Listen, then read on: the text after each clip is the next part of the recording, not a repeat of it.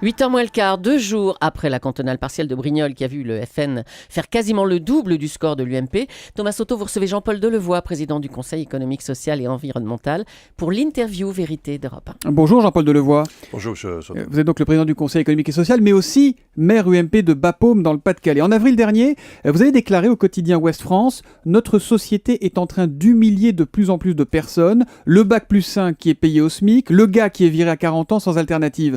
Qui a entendu votre cri d'alerte ? Qui ? Alors ça c'est ma surprise, vous voyez, quand je regardais le score du Front National, c'est pas pour moi une surprise. Et en même temps, je vois avec effarement une classe politique se rejeter ses responsabilités. En réalité, nous sommes en train de nourrir le populisme que nous prétendons combattre. Notre société, tous ces mythes qui l'unissaient sont en train de se fragiliser. Qui croit encore à la mixité sociale ? C'est dans les mêmes quartiers que l'on a les taux de revenus les plus faibles, les taux d'échec les plus élevés, les taux de chômage les plus élevés. Qui croit encore à l'égalité des chances ? Donc nous avons à revisiter une offre politique. Et ce que critiquent nos concitoyens, nous les avions interrogés, c'est quel regard portez-vous sur les politiques ? 40%, ils nous ont abandonnés.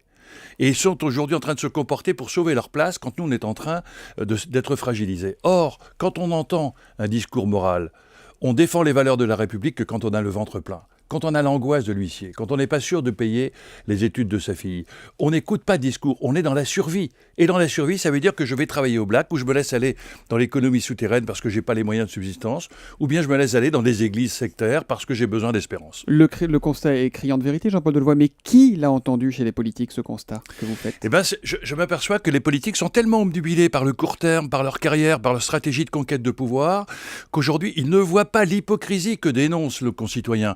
On voit bien qu'à gauche, ils ne s'entendent pas, mais ils s'entendent pour le pouvoir et pas pour les convictions, et qu'on est dans la posture, c'est-à-dire que l'alternance fait que ce que l'on disait hier, on dit le contraire aujourd'hui, et les gens disent, mais quelle est la solution que vous nous proposez ? Quel est le projet de société auquel nous voulons adhérer ? Ça veut dire que vous êtes un peu comme ces Français qui sont attirés par le vote national. Il y a un sondage hier qui dit qu'un Français sur 4 est prêt à voter FN au municipal 2014. Vous les mettez tous dans le même sac, finalement, l'UMP d'un côté, le PS de l'autre, on inverse les rôles et nous tout pareil. Nous avons une responsabilité collective dans la deuxième question du sondage que j'évoquais tout à l'heure. 30% disaient « Nous sommes prêts à voter pour un homme ou une femme forte, même au mépris des valeurs de la République ». C'est-à-dire qu'aujourd'hui, on est à un moment où si nous ne retrouvons pas de champ d'espérance collective, l'expression des peurs ou des humiliations fera que l'on va se renverser le système. On n'est pas pour les idées de Marine Le Pen, pas du tout. Et moi, le premier, je suis le premier à combattre ces idées. Mais si le système n'offre pas d'espérance, il y aura une coalition de celles et ceux qui veulent renverser le système. Quel est selon vous le danger si on laisse cette situation perdurer, si on laisse ces oubliés de la République abandonnés à leur détresse ? Qu'est-ce qui va se passer ? Je ne crois pas à la révolte, mais je crois à l'abaissement des bras. C'est-à-dire que je vois d'un côté l'évasion de la réussite, celles et ceux qui estiment que parce qu'ils ont un diplôme, une capacité, ils ont le monde pour réussir et ils fuient la France. Et on a de plus en plus de jeunes qui nous disent, de parents qui nous disent, moi mon fils, il réussit en Australie, etc. Et la localisation de l'échec. Et on aura une classe moyenne complètement étranglée. Or, c'est la classe moyenne qui fait la stabilité de nos sociétés. Aujourd'hui, la classe moyenne est totalement étranglée par une augmentation des charges, un reste à vivre. L'explosion des dossiers de surendettement concerne les personnes retraitées avec des petites retraites et les moins de 25 ans. Nous sommes dans un moment où si nous ne retrouvons pas des espérances, or les espérances, on ne va pas les retrouver à l'échelon central. On va les retrouver sur le local. Moi, j'ai proposé et je crois que le président de la République va venir voir la France des solutions. Il y a plein de solutions sur le terrain. Comment se fait-il que l'optimisme local se transforme en pessimisme national ? Libérons les forces du territoire et vous verrez que les solutions suivront. Jean-Paul Delevoye, il y a un autre sondage totalement effrayant qui a été publié en avril 2013 par OpinionWay. On a demandé ce que les gens pensaient des élus. Ils ne sont que 1% à ressentir du respect pour leurs représentants. Vous êtes un politique, vous faites de la politique. Quand vous entendez ça, 1% de Français qui ressentent du respect pour leurs représentants, ça vous inspire quoi ? Eh bien, c'est une remise en cause complète. Nous avons absolument besoin de retrouver du crédit. Le crédit, c'est l'exemplarité. Comment ? Ça passe par l'exemplarité, ça passe par la transparence, ça passe par le renouvellement.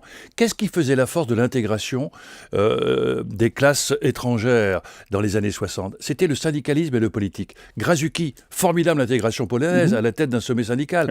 Or aujourd'hui, la fossilisation, les hommes qui font carrière pendant 40 ans, et j'en suis d'ailleurs, j'arrête moi d'ailleurs mes mandats pour permettre le renouvellement par la jeunesse. Il faut renouveler l'expression de la politique dans sa composition. Regardez un peu ce qui se passe dans l'offre politique. Où est la cohérence ?